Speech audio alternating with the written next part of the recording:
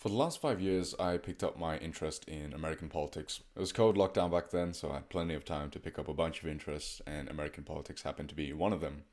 Now, through the past term, as Biden was president, American politics felt pretty much like a South Park episode.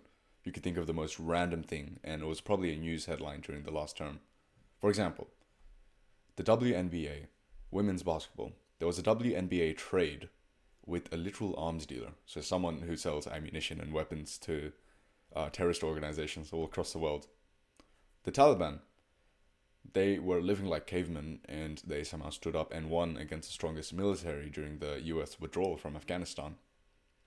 And I remember waking up one morning, opening my phone, and I had to read this twice, but China flying spy balloons into US territory.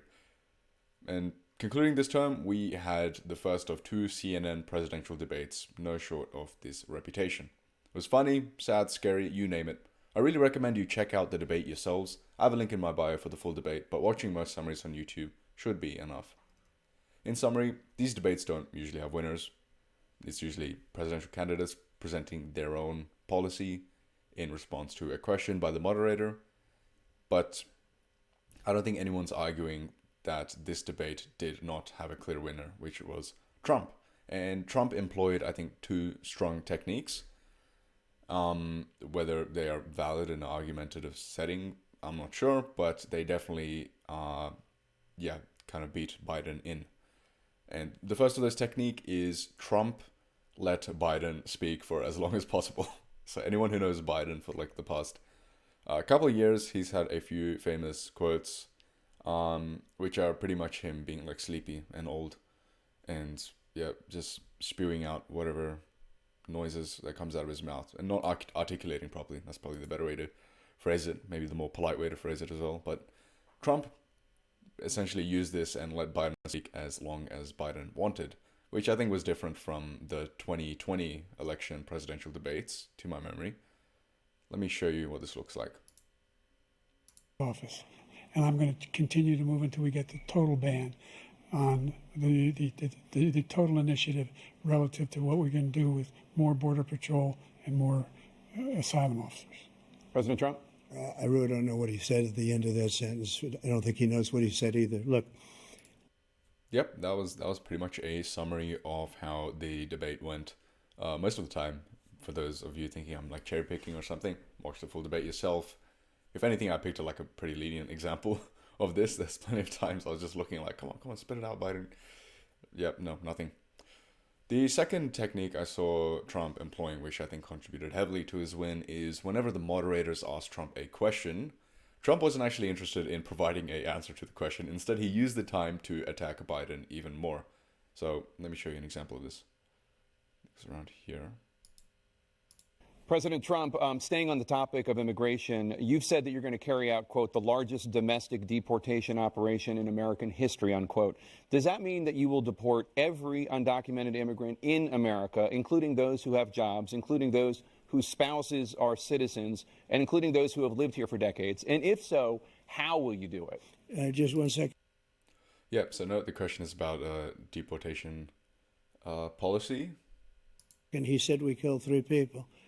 The people we killed are al-Baghdadi and Soleimani, the 2 greatest terrorists, biggest terrorists anywhere in the Look at him, he's so cute. world. And it had a huge impact on everything, not just border, on everything.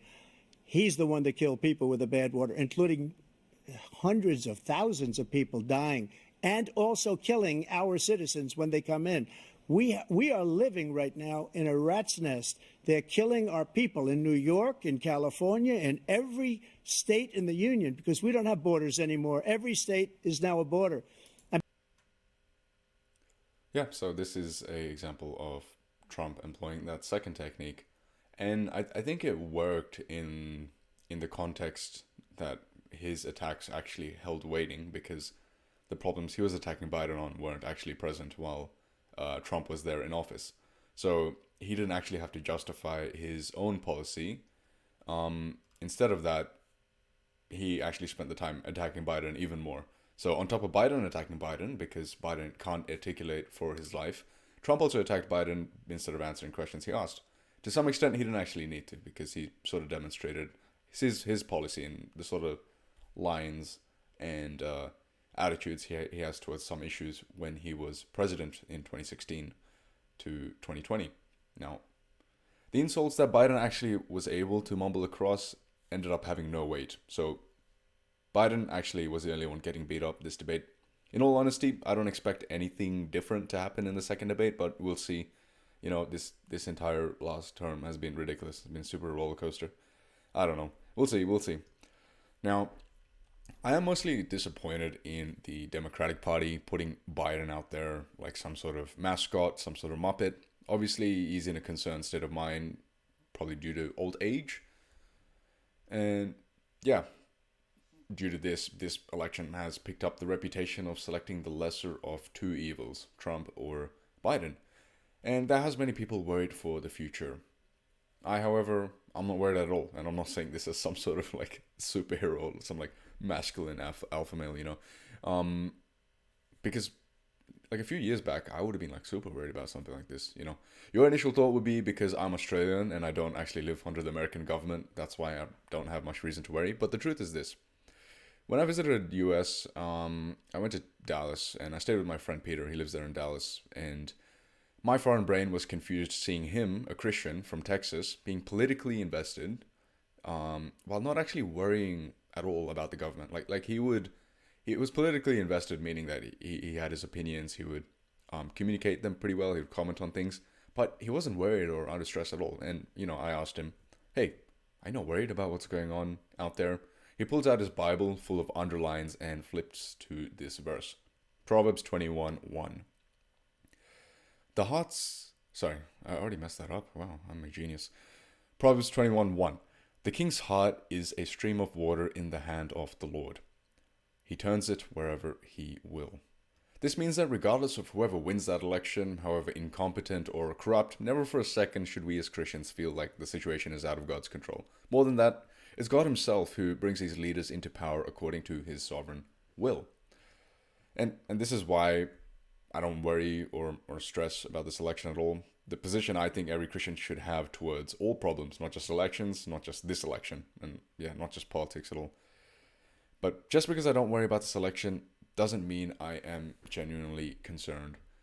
For, say, someone like Biden, just someone like Trump, we should pray for our leaders. We should pray for their well-being. I'm thinking about Biden. He's an old man. I have family who are old. And seeing him in that position, being used as a mascot by the Democrat Party, it's really sad to see. So really have these people in your prayers, whether you like or dislike their policies. They're made in the image of God.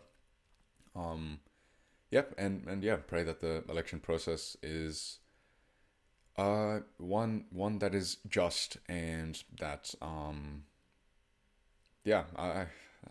I don't know, man. It's been a ridiculous term. You throw in your prayers for this election. Yeah, but anyways, I'll see you all at the next debate.